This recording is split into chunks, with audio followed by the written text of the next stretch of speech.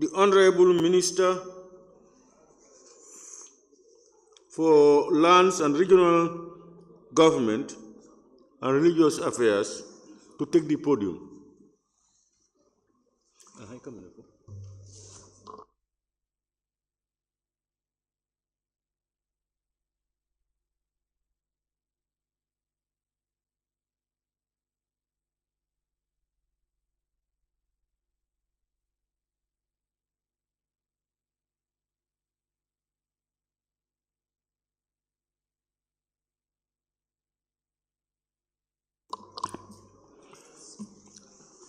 Questions for oral answers. Questions for which due notice were given to the Honorable Minister for Lands, Regional Government and Religious Affairs by honorable members for oral reply. Question number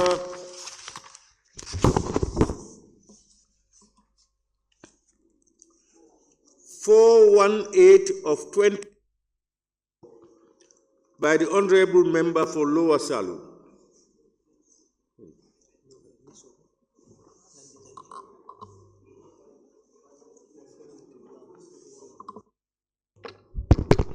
Thank you, Honorable Speaker. Honorable Speaker, could the Minister of Lands and Regional Government and Religious Matters inform this August Assembly? What are the criteria used to remove a district chief, given the fact that the chief of Sabak Senjal was forcibly retired by an executive order?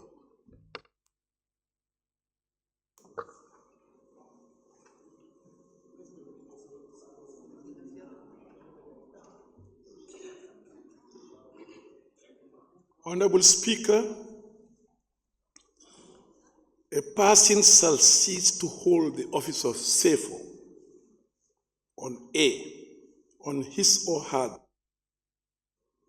B, if by writing addressed to the President he or she resign his or her office, C, if he or she becomes disqualified under any of the provisions of Section 2 of Section 134, or D, if he or she is removed by the President in relation to offenses under Section 136, which states, Section 136A says misconduct or incompetence or of inability to perform the function of his or her office for any cause, whether arising from infirmity of mind or body or otherwise.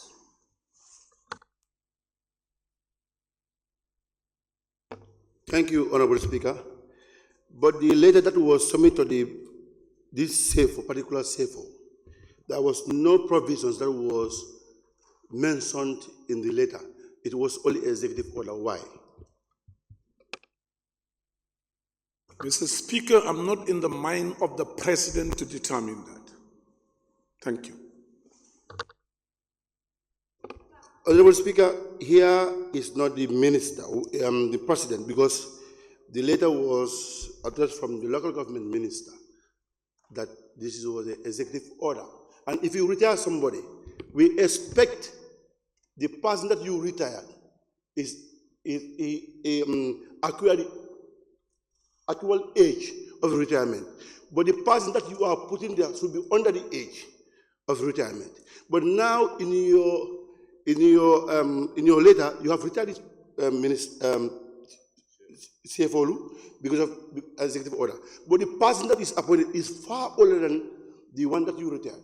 And how do you give the benefit of the CFO? Do I understand your question, please? The person that executive order was given to be retired at the age, the person that was appointed is far older than the person who is retired. And what criteria you use for that retirement? And again, if you retire somebody, we expect a token on that retirement package.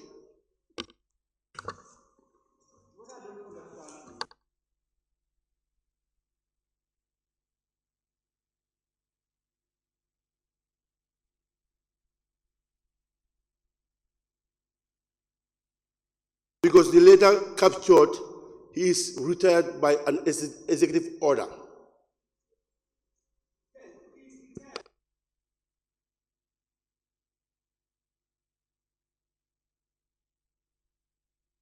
Yes, because you know our law says if somebody is retired.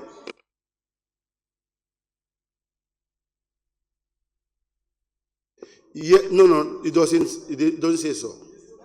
But now,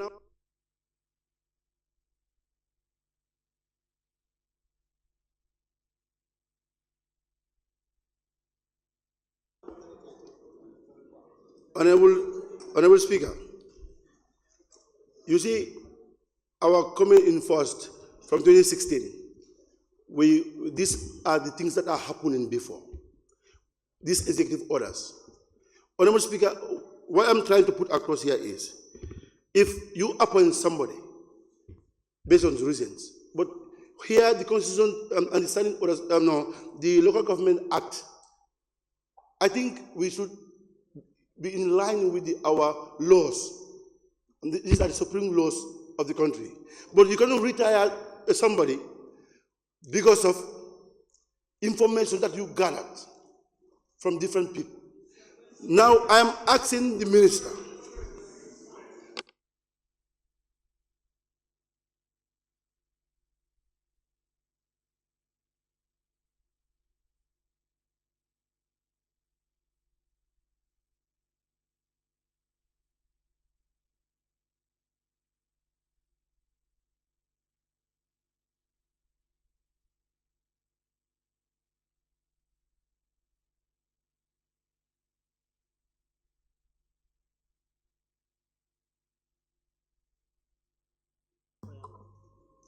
Hello, are you hearing? Yeah, you asked the question and he gave you the answer. You asked another question and he said he is not in the mind of the president. You came out with another question, that is to say, you said the man that is removed, the man who replaced him is by far older, which has no bearing on the answers given. It has no bearings. If he had said he was retired based on his age, then that becomes a very good question for him to defend. And if you have any challenges about some of these things, it's not only questions, you are an oversight.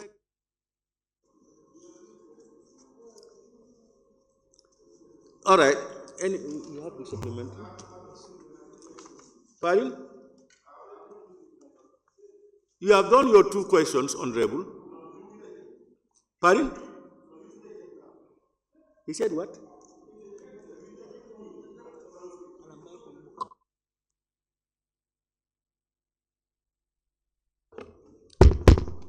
I said, I have only one. The first one was the parent coxswain. The supplement was one where he said he has no right, he is not in the mind of the president. Then the second one, which I put, you interject my coxswain. Asked it and I said it is not relevant to this one. It's out of order. This is what I said. I did not interject. It was only when I listened to you that I came out with that comment. Yes, I ruled it out. Honorable Member for Kiang West.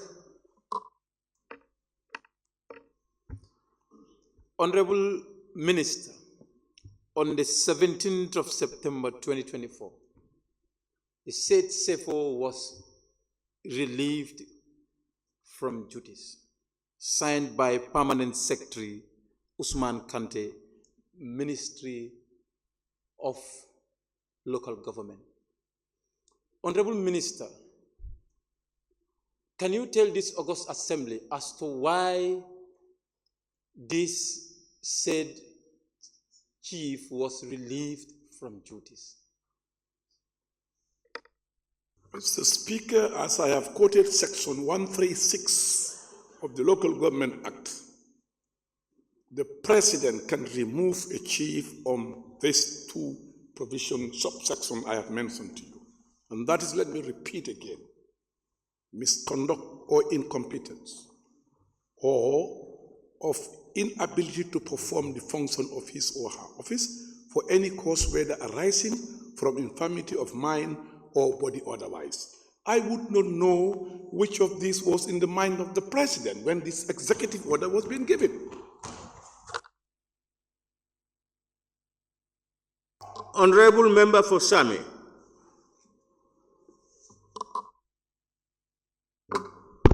Hello, thank you very much, Honorable Speaker, for giving me the floor.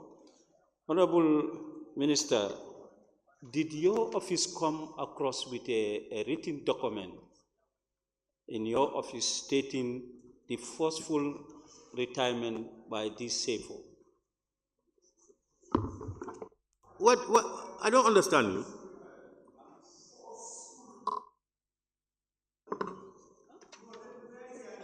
Yes, thank you very much. May I repeat?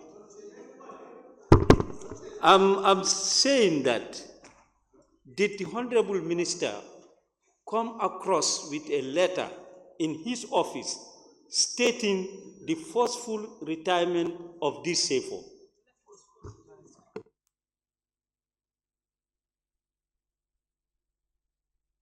Mr. Speaker, to answer the question, the supplementary question from the member of Sami constituency, I would categorically state I did not see any letter saying forcefully retire, any chief for that matter.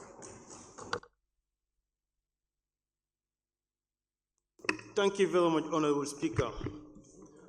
Honorable Minister, when you receive an instruction from the head of state for the retirement of the said SAFO, as the head of the ministry, did you find out the reason why he should be retired? Honorable Speaker, in answer to the question, supplementary question from member from Bakau, yes, there was an instruction to retire, but I did not know the reason in the mind of the president to retire, taking into account section 136, subsection A and B.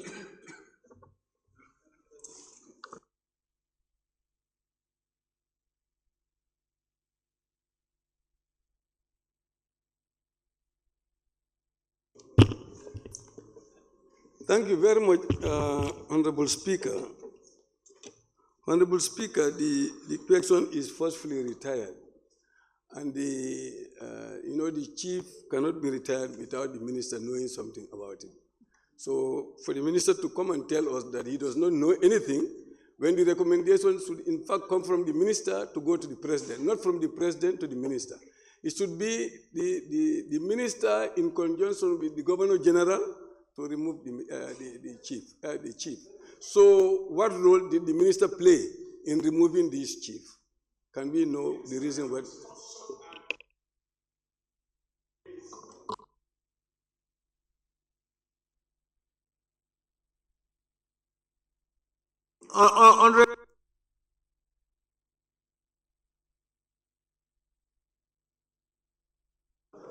Honorable, have you answered? Can you repeat the answer, please?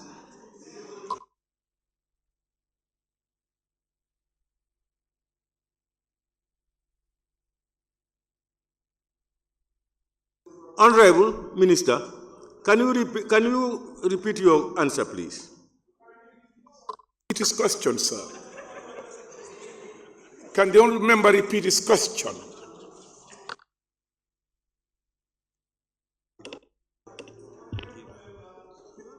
Thank you, Honorable Speaker. Honorable Speaker, my question is, as per the Constitution, it is the minister that should advise the president in removing a chief.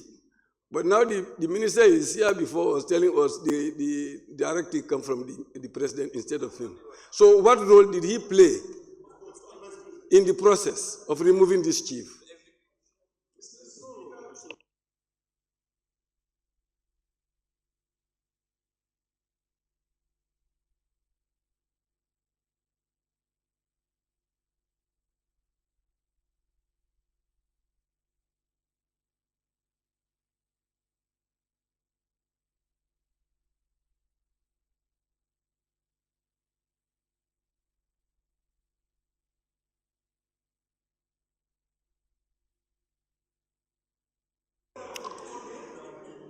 Honorable Member for Brikama North.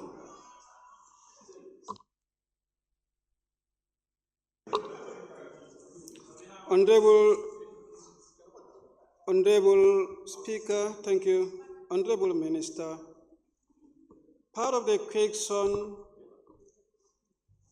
of the Honorable Member for Lower Salem made reference to the retirement of the civil. Under what terms and conditions can a civil be retired?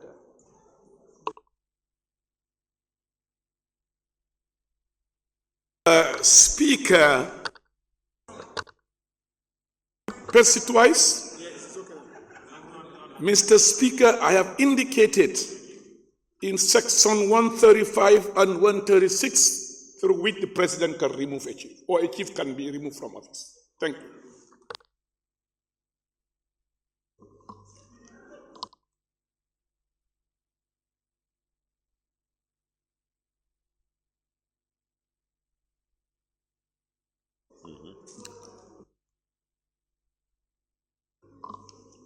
Question number 4. Yes?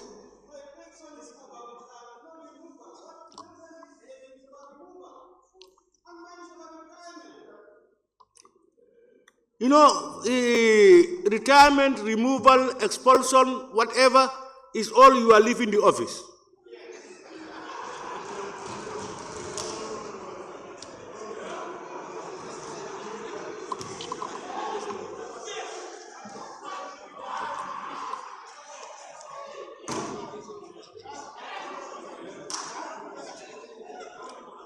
Question number 419 of 2024 by the Honorable Member for Brikama North.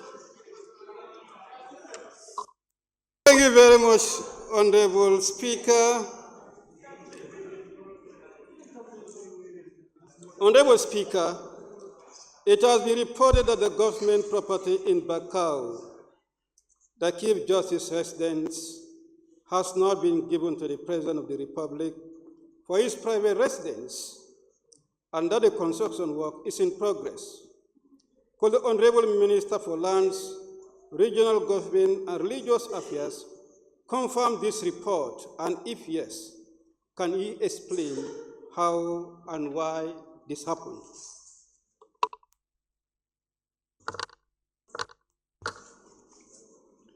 Honorable Speaker, I wish to inform this August Assembly that the Ministry of Land, Regional Government and Religious Affairs is mandated by law to allocate land to all Gambians, including the President.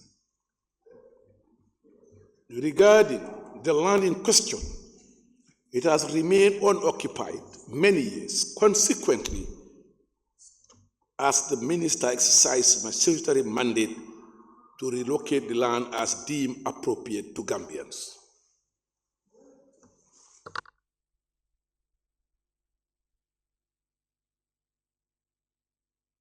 Any supplementary, Honorable? Just rise to the supplementary.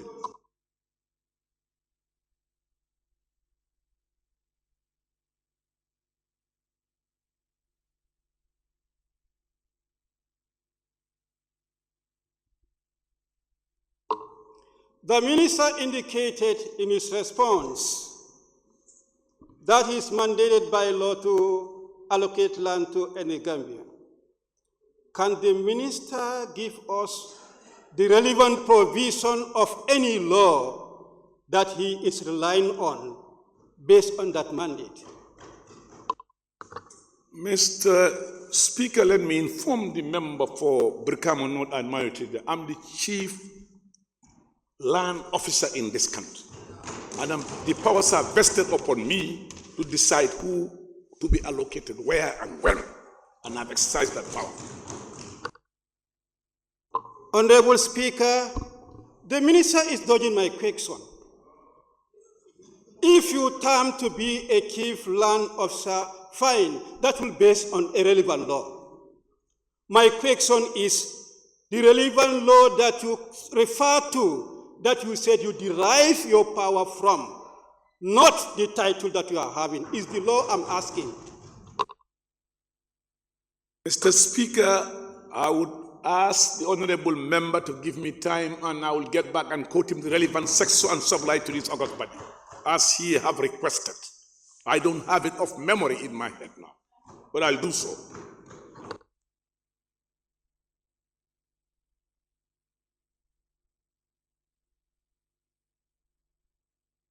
Honorable member for Lower Fladu West.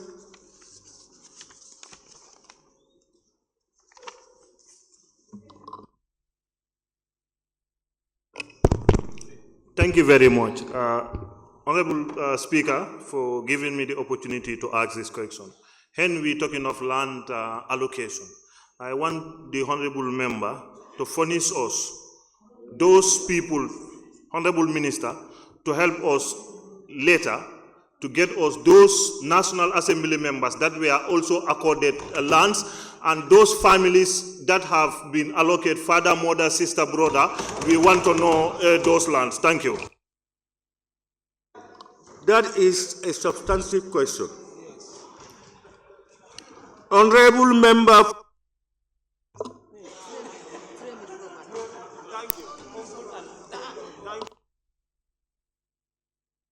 Thank you, Honorable Speaker. You said you are the chief custodian and you allocate land to whom you wish, but also it should be based on law as stipulated by the minority leader.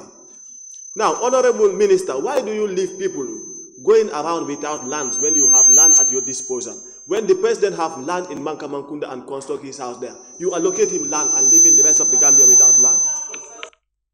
Point of order.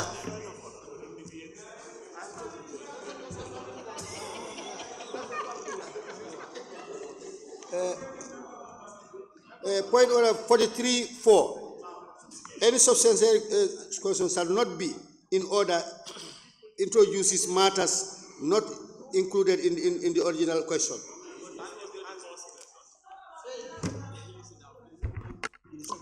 Indeed, is sustained. Honorable member for Kiang West.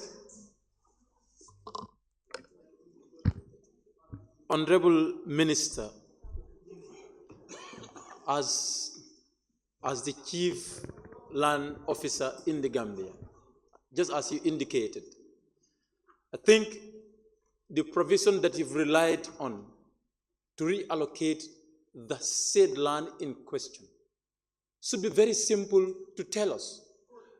Can you please kindly inform this August Assembly as to which provision did you rely on to do that said allocation that we are talking about? Please.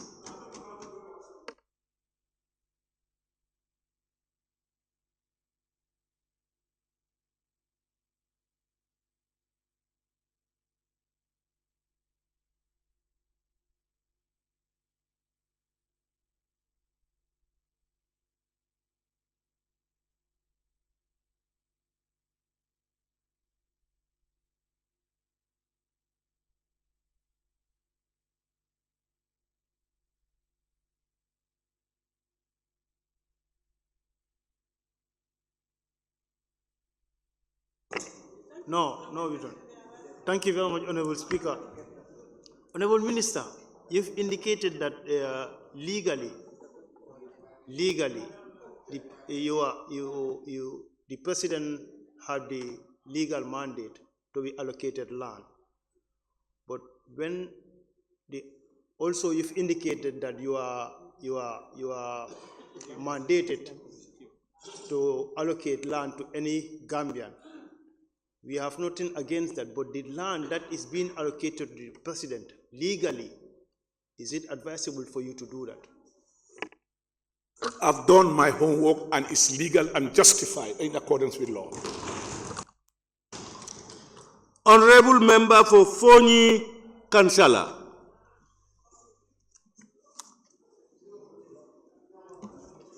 Pardon? Fonyi Kansala? Pardon?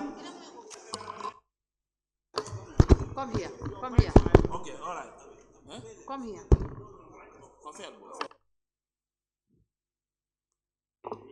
Hello? Yeah, okay, good, good. Thank you very much, Honorable Speaker. Honorable Minister, as the Chief Land Officer under the Ministry of Lands, Regional Government and Religious Affairs, allocations of lands to Gambians is a prerogative on your ministry. Former National Assembly members are allocated. How soon do these 6 legislative? No way. Allow him. Allow him. Speaker is ruling. Yeah. Hello, Speaker.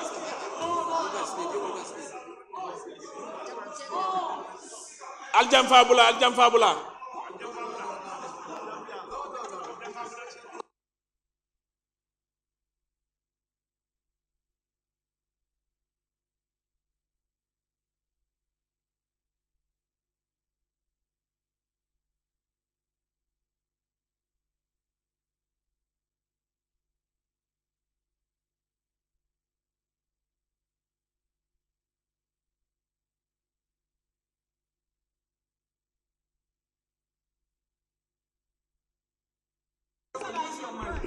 Yes.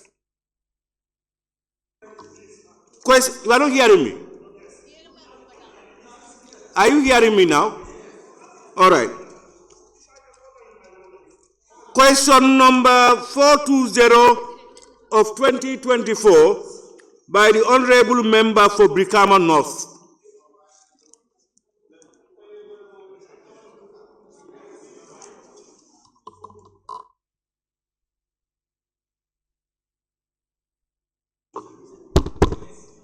Thank you very much, Honorable Speaker.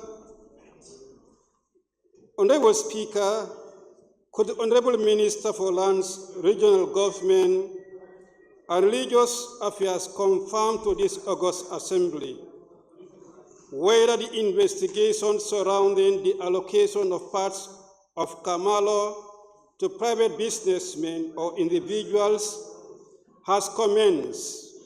If no, why so? And if yes, what is the state of the investigation?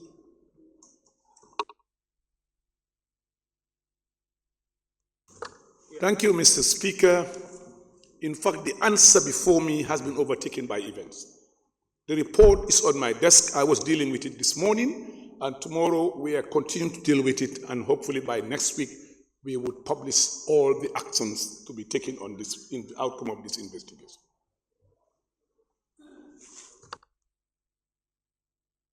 Are you implying that the investigation is completed?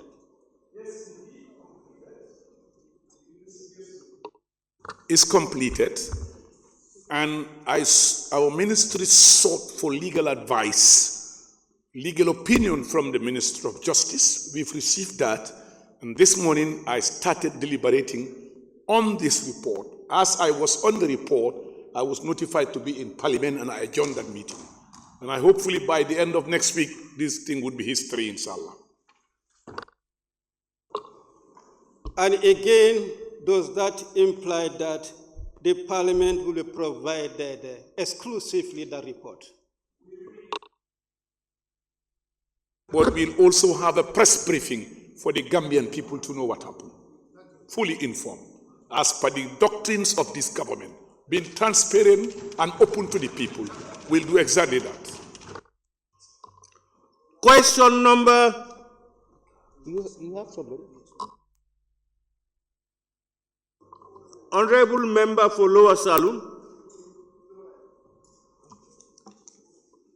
Question number 421 of 2024 by the Honorable Member for Banjul North. Honorable Speaker, yes, it's not my question, huh? Thank you. No, it's not my question. Honorable members, question number 421 of 2024 by the Honorable Member for Brikama North. Yes, Honorable Speaker, could the Honorable Minister for Lands, Regional Government and Religious Affairs inform this August Assembly how and why the former Alcalo of Kasakunda, Chona surrounding Sabali, was removed and how a new Alcalo was appointed? Honorable Speaker, an answer to the question raised by the member for my minority leader and member from Brikama North. Honorable Speaker, the new Alcalo was appointed through Section 143(1) of the Local Government Act of 2002, which states a person qualified to be appointed as Alcalo if he or she is a citizen of the Gambia, was born and resident in the village, and is acknowledged in the customary traditions, culture, and customary laws of the village.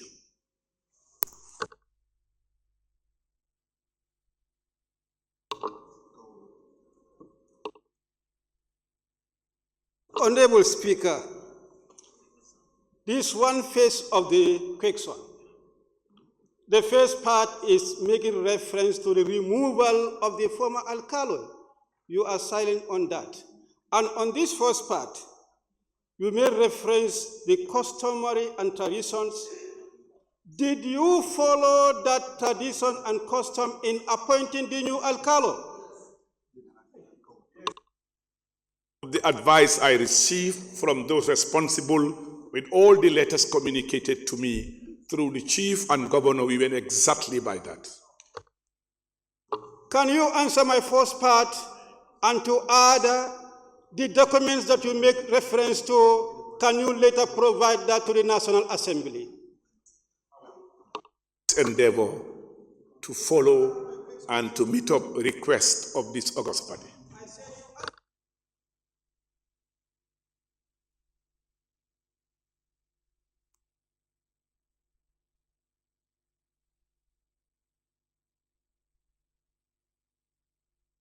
Honorable Speaker,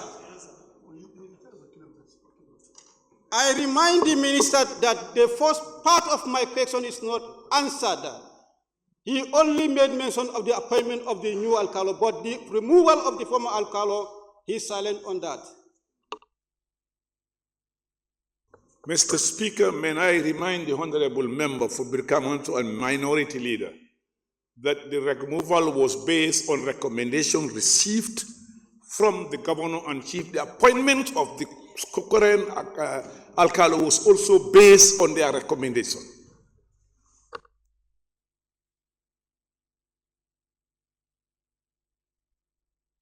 Honorable Member for Woolly East.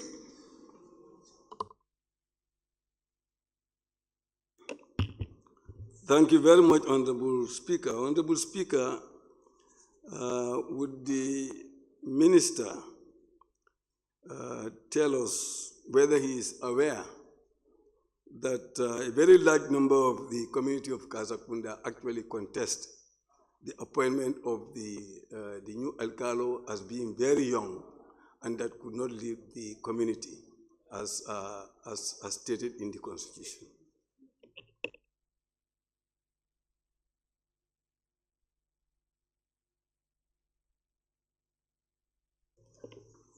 Are you not aware that a big part of the community of Kasakunda contest the appointment of the new Alcalo because he is being too young to lead them?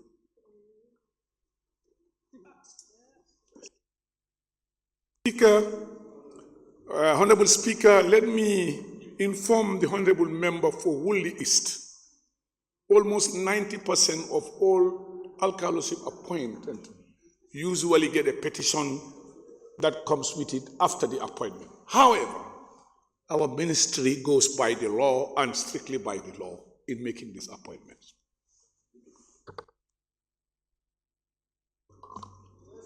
Question number 422 of 2024 by the Honorable Member for Banjul Central.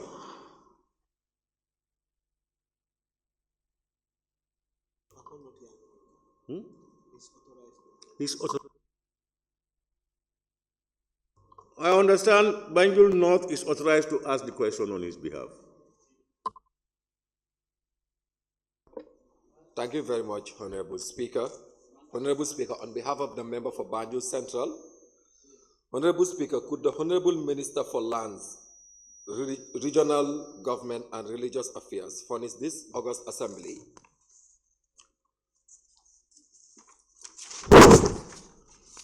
with brief information of land allocation done between in Banjul from 2016 to 2023?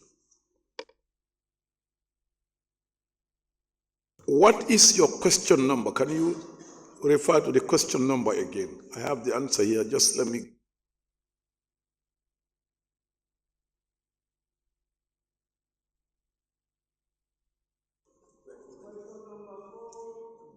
Yes.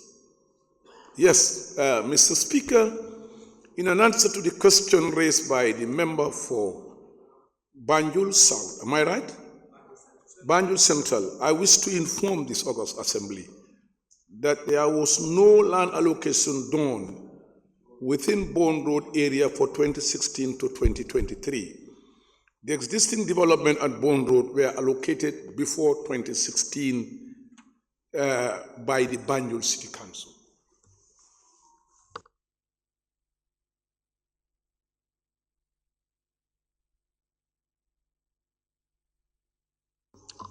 Question number 423 of 2024 by the Honorable Member for Basse.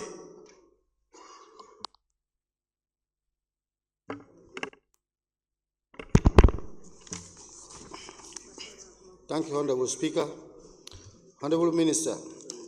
Honorable Speaker, could the Honorable Minister for Lands, Regional Government and Regional Affairs update this August Assembly on the legality of Social Security acquiring their reserve lands in the communities of Nafugan and Giroba, and also on the financial payment to the community landowners if there was any?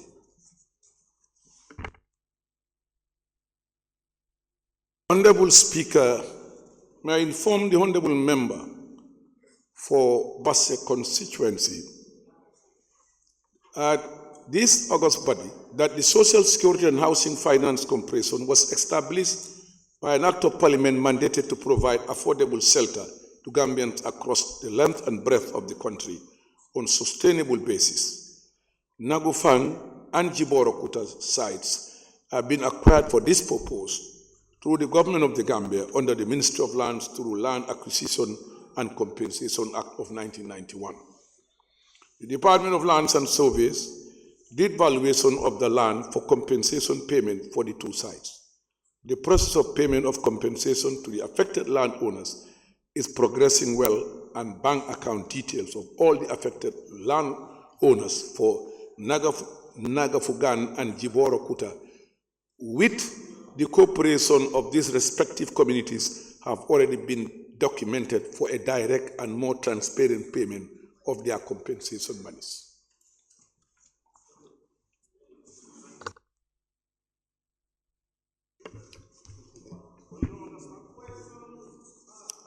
I have a supplementary question.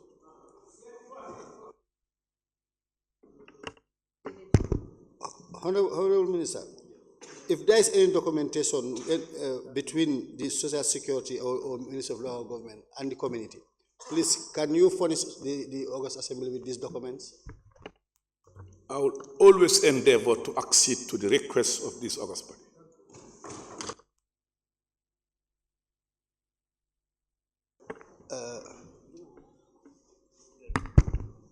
Honorable Minister, I would also want you to furnish, if there's any financial gain or the payment, we want you to furnish us with the totality of the amount involved. The financial gains or the monetary payment of the compensation if it is done, you want the August hours to be furnished with the total amount being compensated. Yes, in total, what they have compensated to the community. Yes, for the two communities, yes. Yes, we are giving to those communities, yes, in total. The assembly with those figures, yes. Mr. Speaker, so insist. We will accede to it, but these are sometimes personal issues of individual when it comes to the issue of payment and compensation. But if you insist, we'll do so, but it can lead to crisis and problem within the community. And that's why we're extremely careful in disclosing amounts paid to individuals.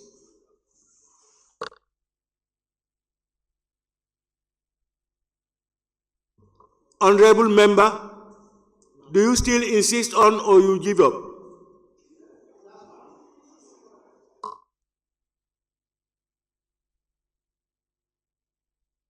Honorable member for Basse.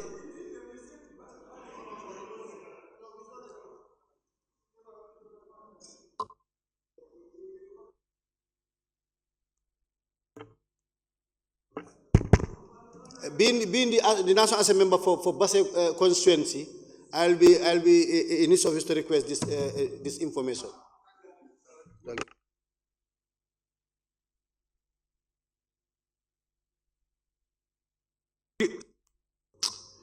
Question number 424 of 2024 by the Honorable Member for Basse.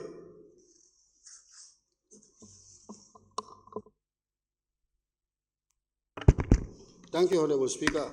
Honorable Minister, could the Honorable Minister for Regional Government and Religious Affairs tell this August Assembly if there is any possibility of the community landowners of Giroba and Nafugan to re-enter and acquire their lands back for more than 15 years. Still now they cannot lay their hands on this on their lands, and they cannot lay their hands on the financial gains.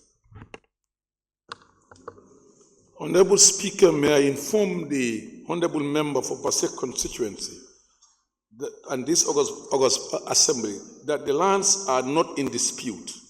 The communities of Nagafugang and Jiboraba Kunda, the Chief's Governor's Office, are all aware and have been fully informed by the Minister of Land that the sites are being acquired by the government for the purpose of Social Security Housing Finance Corporation Housing Development Project.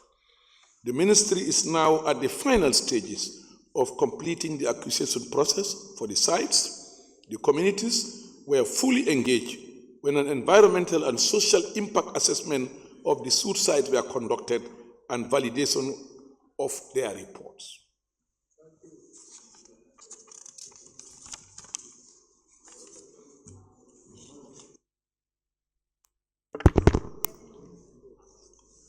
Honorable Speaker, Honorable Minister, are you aware some of the communities or families of these said communities are still in dilemma regarding their land issues? They are still in dilemma regarding this land issue.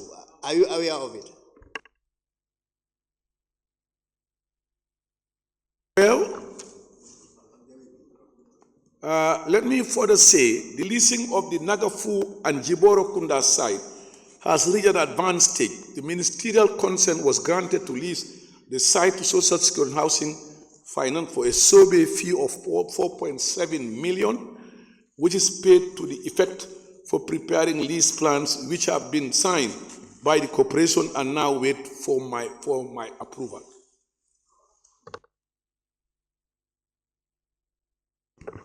Thank you, Honorable Minister, for the updates. But I'm still appealing. Can you please make these communities to be updated on the procedures or process you are on? Mr. Speaker, I want to inform the honorable member of Basse, you are at liberty to come to my office with no appointment, and you will be given the information.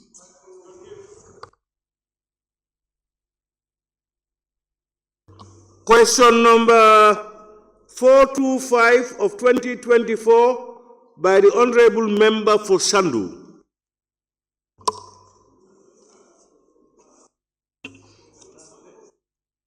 Honorable Speaker. Honorable Speaker, could the Honorable Minister for Lands, Regional Government and Religious Affairs inform this August Assembly when the Ministry will digitize their operations to make work easy and efficient for its employees? Thank you. Honorable Speaker, may I inform the member for Sandu, am I right? Sandu constituency, that the Ministry of Lands, Local Government, Religious Affairs is embarking on a reform strategy that includes digitalization of the land administrative system.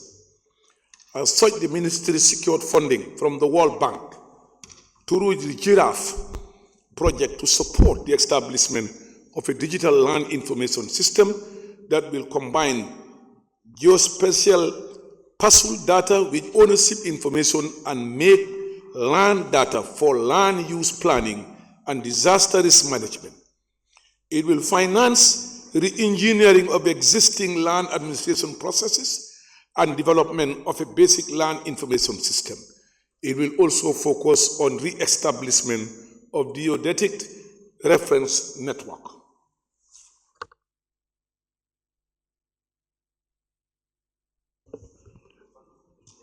Honorable Speaker, could the Honorable Minister specify the time that we can expect this implementation? Thank you. Speaker, we are dealing with the World Bank, the UN. Almost all these agencies have now expressed their interest to support the ministry in our reform, land policy, terrestrial mapping, digitalization, and the archiving of all this process. This morning, I gave directives that all further missions to be carried on study tours, that National Assembly members are part of the delegation, so that they would have the information to inform their colleagues to be more acquainted with the ongoing reforms at the Ministry of Lands, Regional Government and Religious Affairs.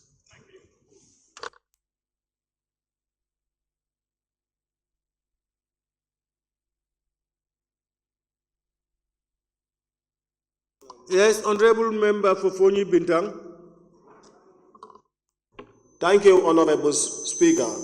Honorable Minister, when the question talks about when always talks about time. And we are asking, when will this project be actually completed?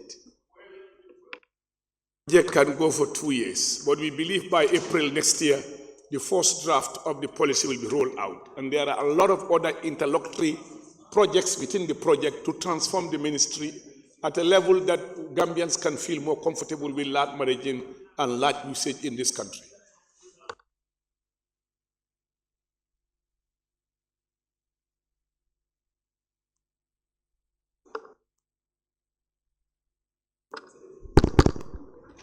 Thank you very much, Honorable Speaker.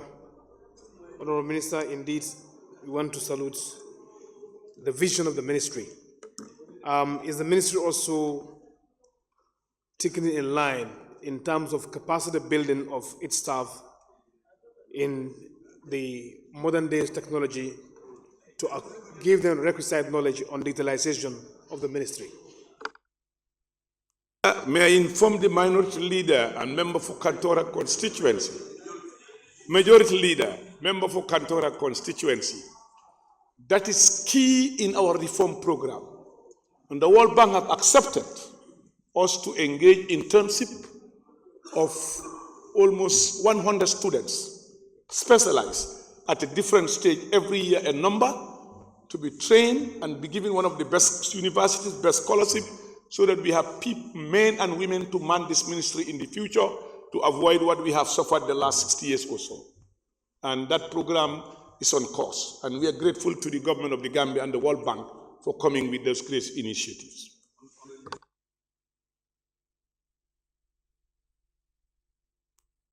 Regional Government and Religious Affairs for ably answering to questions posed by honorable members. Thank you with your technical staff. This is, Mr. Speaker, This is out of the normal parliamentary question, but I think the member for Fuladu was insisting that they be updated on the allocation of members who have not. I have not given any allocation to anybody since I became a minister. We are looking at the processes, we are looking at all the ills and what happened. We cannot finish it all, but be rest assured that the president have directed me to give you a top priority as soon as we start the possibility of giving people land. Let the National Assembly members take precedence over any other person. I will tell you that we will get that done. For those of you, yes, under the law of the discretion of the president, to make.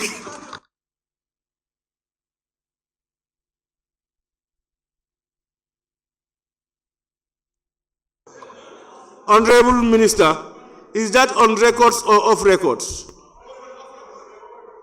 Pardon?